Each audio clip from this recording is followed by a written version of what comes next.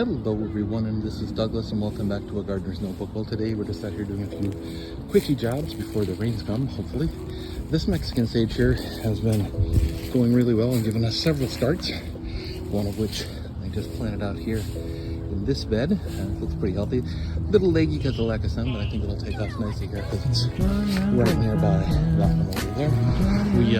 We tried to plant some butter lettuce that had roots on it. We'll see if it comes. I've never really had much success with that, but it's worth a try.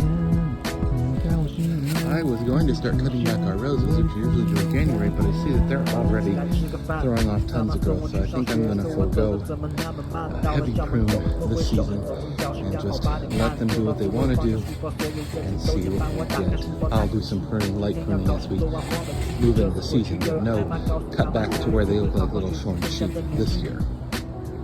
These are some tomato seedlings actually that we just stuck a half a tomato in here, which we have had success with doing, something that's too far gone in the kitchen, and sure enough I see some coming up now, and actually this is our cutting of our string of dolphins as well. We'll see if we can get more of those. Looks like both this one and the small one here are starting to take off.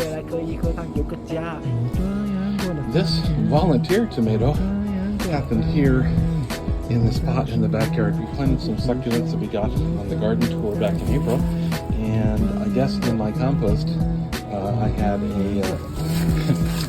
some tomato seeds, and sure enough they're taking off. I don't know if we'll get the fruit or not. I'm seeing flowers, but probably won't do much until the heat comes on a little later in the year. Another transplant that we got from a neighbor, I believe. This Aeonium is far outgrown this spot. It's probably quintupled in size. I actually see some pups, some florets coming out in the middle too.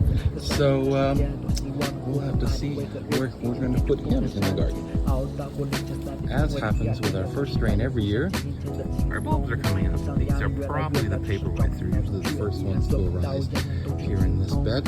We have daffodils, we have snowflakes, and over there, let's see him popping up. There's some freesia popping up here. Almost all these bulbs came from the previous owners, and we just kept them going.